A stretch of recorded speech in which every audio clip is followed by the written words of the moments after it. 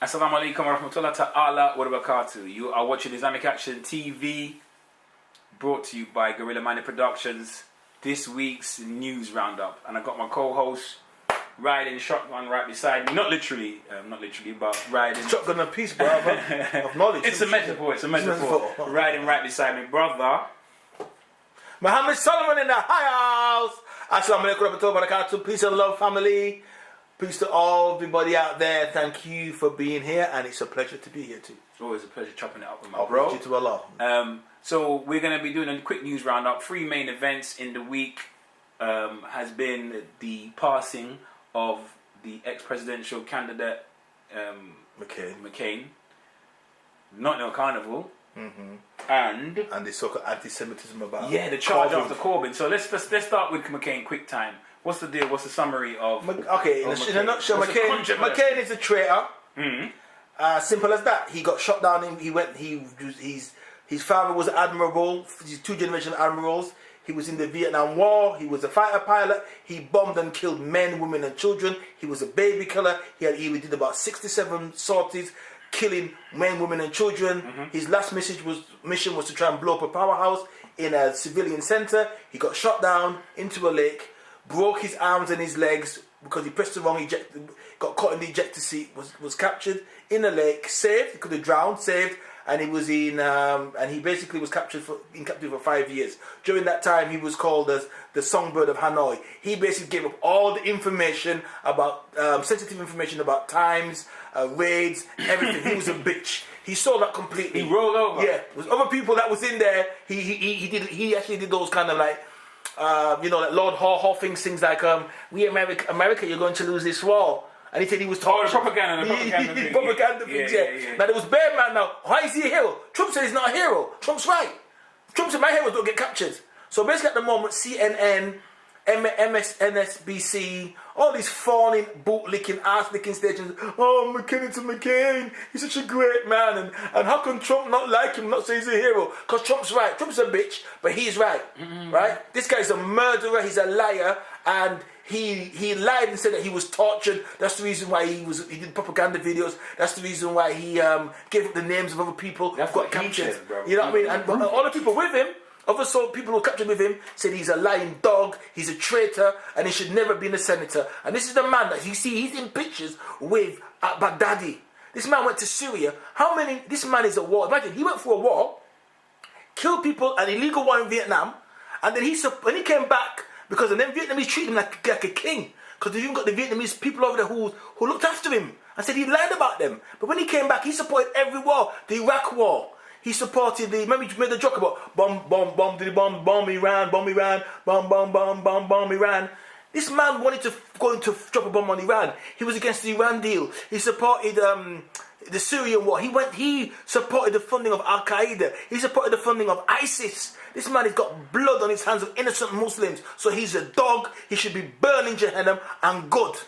Okay. Well, thanks for that, Brother Solomon. And we're going to move on to our next news item. Anything you want to say about McCain? I don't know too much about him. What I know that is he got taken to school by the first, quote-unquote first, black president. Black president. The black president. Obama took him to school. It was too smooth for a minute. Just too smooth, too cool, too articulate. Just too. So that's what I know about McCain, and I've never really heard about him since then. I haven't really followed his story. He's a devil, and I'm glad, you know what I mean? And I hope he burns in hell for all the innocent Muslims he's killed. Wow. And the fact that Americans are crying over him and give him a state funeral, it's disgusting, it's despicable. Sounds like it's a bit of a state, It's a state, it's disgraceful. It's a state. The man is a warmonger, and I don't know.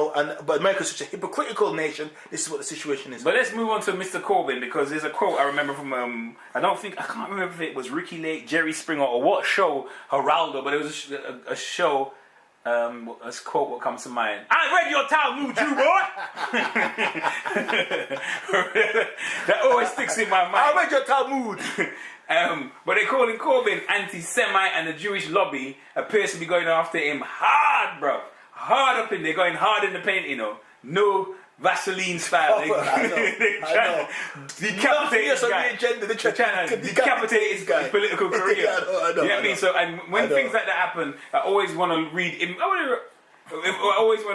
read in between the lines about what's going on. Do you understand? Because is power plus prejudice, that's at play. You know, that it's a social political thing. It's not just purely like whether he likes Jewish. You know, anti-Semitism is sometimes used as a tool for lobbyists to hide behind and kind of like character assassinate their political opponents.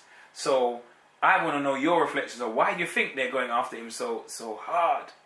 The thing they're going after Corbyn too is because the media, for the first time, have a politician or have a person who's not even a politician, a people's man. Yeah, I don't support everything about Corbyn, but it's the first time. The first time they've got a man, yeah, who supports the rights of the Palestinians to self-determination, who believes that Israel is the Zionist state of Israel is acting like the Gestapo in obliterating the rights of the Palestinians. This is the man that fought against the apartheid regime. He's been arrested. He's been beaten up by the police. He has a distinguished long career of being anti-racist,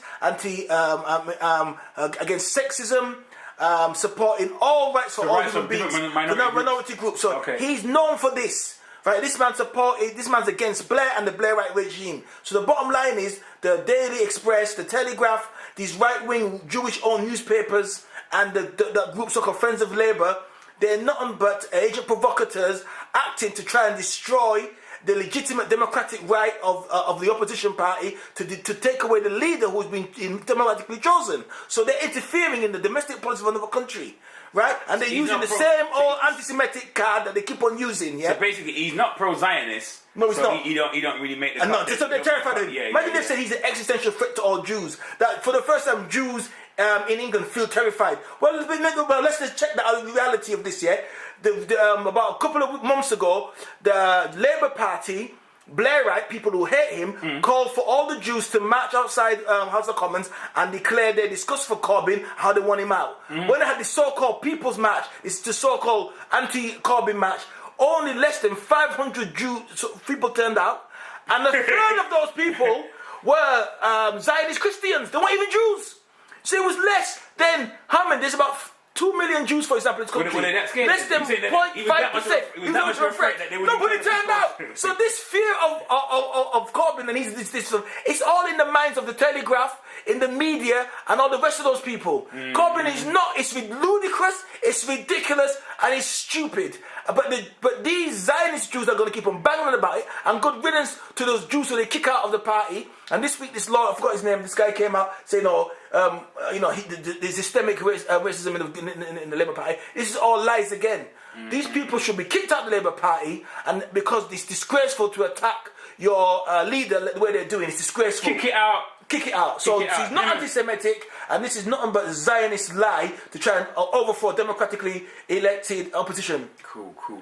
Wow, well put, man, succinctly. I know that he's a man of the people. That I do see. Definitely. That on a kind of grassroots level, he has a real appeal amongst younger people, working class people, people on low income, minimum wage type of people. If he gets in, he's going to be... And that's a lot of people in this country. That's exactly. A lot of so people don't really care about it, but the problem is they're keeping the Labour Party's agenda for the country off of the table when they come on and on. That's all it's doing. Banging on about it. So you will never know what they're actually standing for. Personality politics as opposed to policy politics. Because what they realise, one thing is, they realise that people don't really like Corbyn, perhaps the government, the majority of the country. They like Labour and Labour policies. Yeah.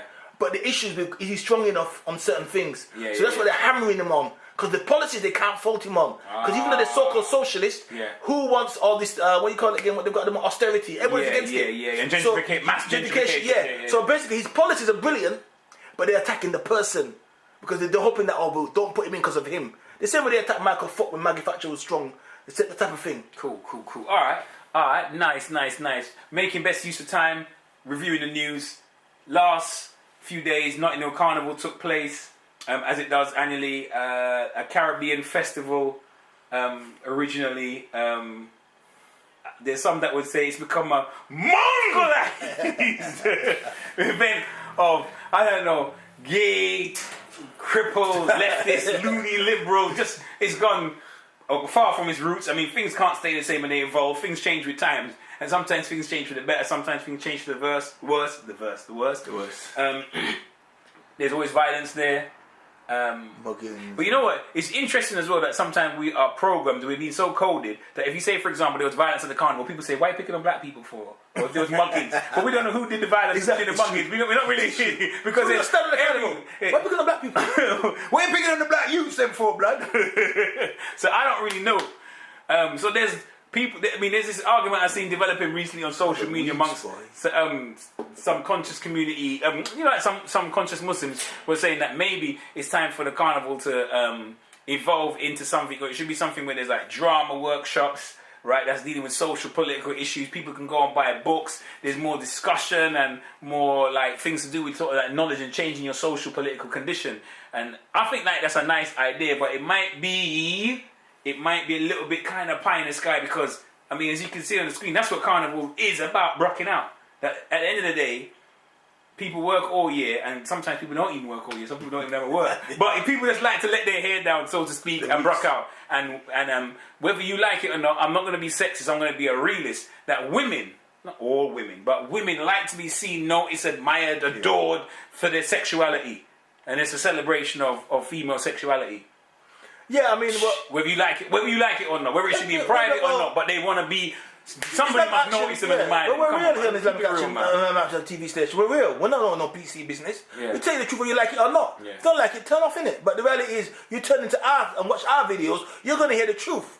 You're going to hear what exactly it is. This is truth out. Don't touch that dial. Get me, brother. So the reality is, let's be honest, it's true. Carnival has its history before it came to England in slavery.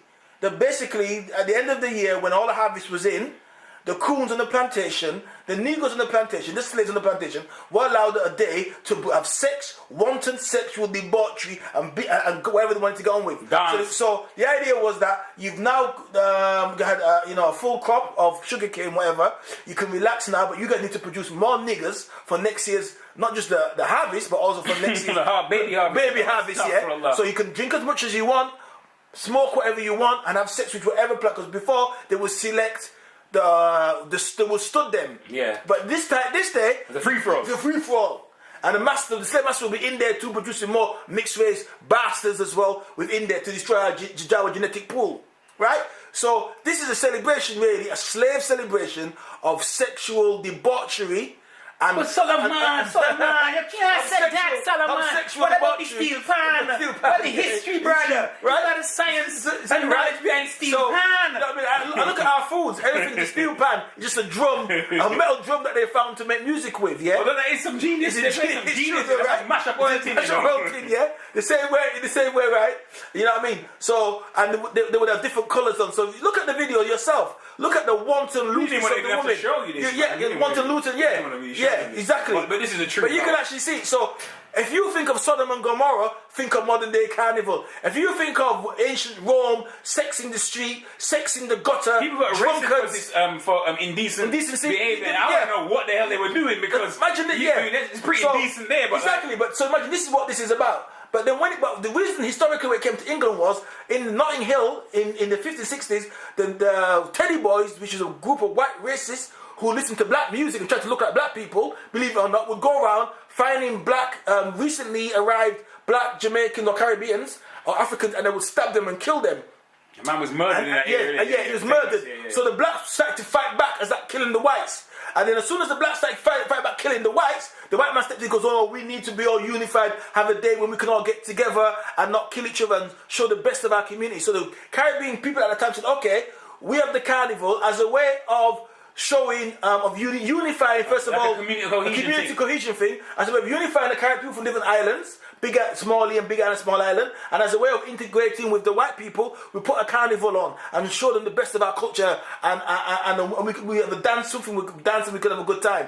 That's how it started. So you mean that like a woman could take off a policeman's hand and go, whoa? Before that never happened. If you look at the 60s kind of black and white carnivals, just Google the 60s carnival 60s. It's not as whatless as this one. But now it's gone whatless now, because now what's happening is it's turned into a sex fest. If a man going to check a gal to get numbers, look at some big batty gal jumping up and down, and for a woman to show off themselves, because women are essentially peacocks. They want to show off their bodies and you know, even though they come with this, we're feminists and we don't want to be seen as an object, they want to be objectified on this level. This is objectify me. Yeah. So what now is you're finding the gays are jumping on this thing. In fact, they call it the biggest street carnival in Europe now. So basically, all the Europeans, the majority of people at the carnival are white now. It's not even black no more. It's white.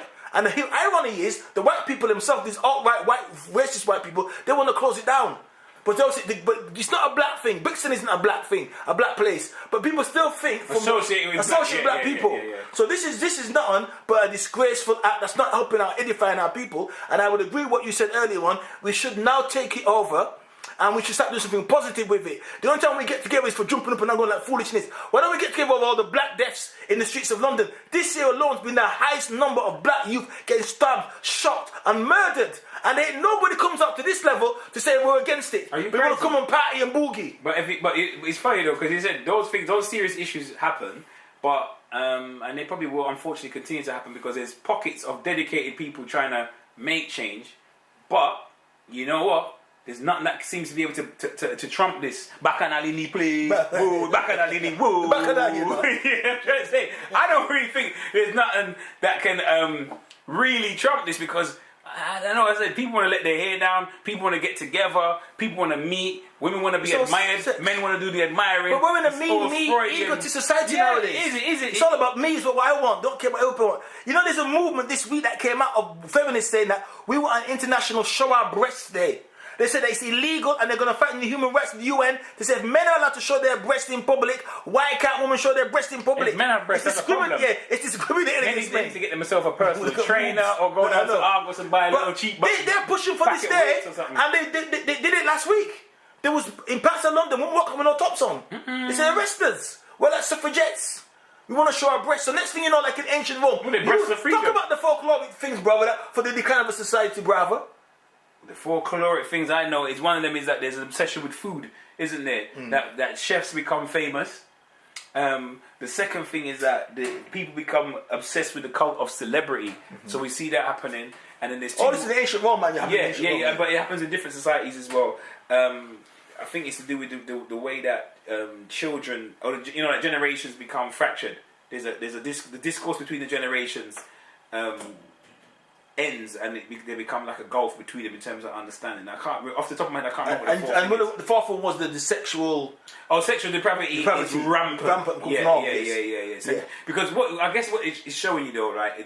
These are the signs. It doesn't. I don't know if it's a cause or it's kind of like correlation. Is it a cause in and of itself, or is it just that the thing is sick? But then this is how you see these folkloric stages. But this is preceded the fall of every civilization. When these things become popular, that society is like Rome went the same way. Rome went the same way. And we're in this now. We're in it now. Because you know what I was thinking about? The way that the culture has become so sexualized, hyper-sexualized in society. Yeah, I mean, you always had women on cars from the 60s or from when far back, right? Advertising champagne or cars or whatever it is, right? And it was always using sexuality in their cleavage and that to get a man's attention and stuff. So that's quite ancient, but or old. Not ancient, but it's quite old. But what's interesting is that lots of things happen as subcultures, but when certain things come mainstream, that's when it affects the society. If you get what I'm trying to say to you, it's like saying porn. That porn always existed in it, and underground and VHS tapes and dirty magazines and top shit. That always existed, but like the fact that society is now saturated and that they got clinically based social experiments about children that have become so desensitized to porn that you've got young girls primary school age, young boys primary school age that are consuming this material on their phones, their iPads when the kids are locked in their bedrooms at night or in the evening or whenever, and they're off. It's rife. It's not the days of when there was a person in an odd dirty book or something like that. Kids got access to some serious stuff online. So we're living in a time we don't even know. 20 years from now, from this mobile phone, internet, social media era, what is a social, psychosocial ramifications of producing people like this en masse? We've got no idea of how many people are being affected by this. Does it affect misogyny? Does it make men more? There's one has it affect people psychologist? Which came out. But we know porn is bad for you. Which came out this scientifically. Week, they claim that they did a test recently, and I can't remember exactly the quiz, but it says 76% of these young girls tested. You must have heard about this. Were committing self-harm. Yes. This week wasn't it? Yeah. 76%, and they're shocked because they claim with all the inroads in feminism, with all the inroads of women being able now to do whatever they want to do and go. In fact, women are getting paid more than men. This gender thing, is a lie. this gender thing is a lie. Yeah, in fact, women are getting paid more than men. You know. So but they're still unhappy though, because maybe materially. So why are they self-harming? Why are they self-harming? Why are they self-harming? Maybe it's not about materialism. Yeah. Why are they self-harming? Yeah. It's deeper than that. It's deeper than that, man. But you know what? Because of time, we're gonna finish up here. And it's been interesting. We started out with Mccain. We went over to Corbyn, and we ended up on the Carnival. And the carnivorous, yeah. Carnival. But I just said one more point, which I think is important. Why is it whenever it comes to debauchery, you see, black people fight to get into white people's spaces, or get into places of to engage white people in equally, or in a space where they can actually compete with white people. Yes. But the only time we're allowed to engage with them is on a debauchery level. When it comes to the carnival, when the white people try to dance and act like blacks, they try to out black people. So for some reason, it's not safe in the corporate world. Or in the boardroom. That's an old trick, man. That's a sleight of the but hand. when it comes to debauchery, multiculturalism doesn't mean integration in the judiciary, in the corporate world, amongst the police force, but not the white people who are hearing this. Yeah, I remember this is all about people's feelings nowadays. Yeah, it's about what I feel. It's no more about what's real. It's what I feel. You're right. Multicultural is always about social, about interracial dating. Yeah. And Jerk Rice and Jamie. You know what I'm trying to say? This goes outrageous, It's about. But the cool thing is what people say, but talking about his rice. But anyway, wild about it. He won. Good. He beat them, innit? Yeah. Because there's a space in the market. Imagine that though. But that's what I'm saying. The integration takes place on those levels. The integration doesn't take place on those levels where it changes life, quality of life. As I said, like economically, politically, it's always in the kind of sphere where you can go somewhere and people can scrub up together and whatever. So, sleight of hand. But big up for this episode, man. I've enjoyed this. It's a bit different. Alhamdulillah, it's different. We're going to touch the news again next time. Inshallah, bro. But remember to subscribe when you hit that button on the left-hand side or the right-hand side. As well. I'm not trying to throw it in the comments because we're going to rinse you in the comments. Yeah, we're watching out for them shills, Shills, exactly. I read your time, mood, you boy. Cornflakes, you snowflakes. Don't even try that with us, boy. Get your hand out my pocket, nigga. The productions. Until next time. Assalamu alaikum wa rahmatullahi ta'ala wa barakatuh. Stay safe, brothers and sisters. See you soon. Assalamu alaikum wa rahmatullahi wa barakatuh.